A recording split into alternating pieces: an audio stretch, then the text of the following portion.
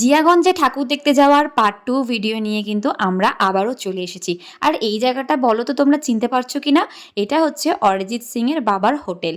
পুজোর 4টে দিন রাস্তাঘাট এত সুন্দর লাগে দেখতে, যেদিকেই তাকাও সেদিকেই সুন্দর সুন্দর লাইটে একদম ভরা। এই জন্যই বোধহয় দুর্গোৎসব বাঙালির শ্রেষ্ঠ উৎসব।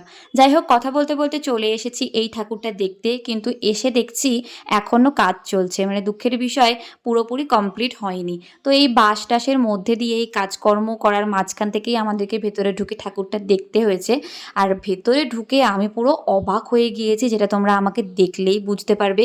ভীষণই একটা অন্য রকমের মায়ের মূর্তিটা রয়েছে এখানে, দেখো মানে এরকম ঠাকুর আমি অন্তত এর আগে কখনো আমাদের এখানে দেখিনি।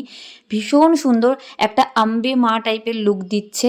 আর এখানকার থিম হচ্ছে নারী শক্তি, মানে মায়েরা মহিলারা সব কিছু করতে পারে। মায়ের চারিপাশে তোমরা দেখো আমাদের যে মাদের হাত মুখ সব রয়েছে, মানে বলতে চাইছে প্রত্যেকটা মায়ের মধ্যে দুর্গা রয়েছে, প্রত্যেকটা মাই কিন্তু দশভুজা। তোমাদের কেমন লাগলো অবশ্যই জানিও।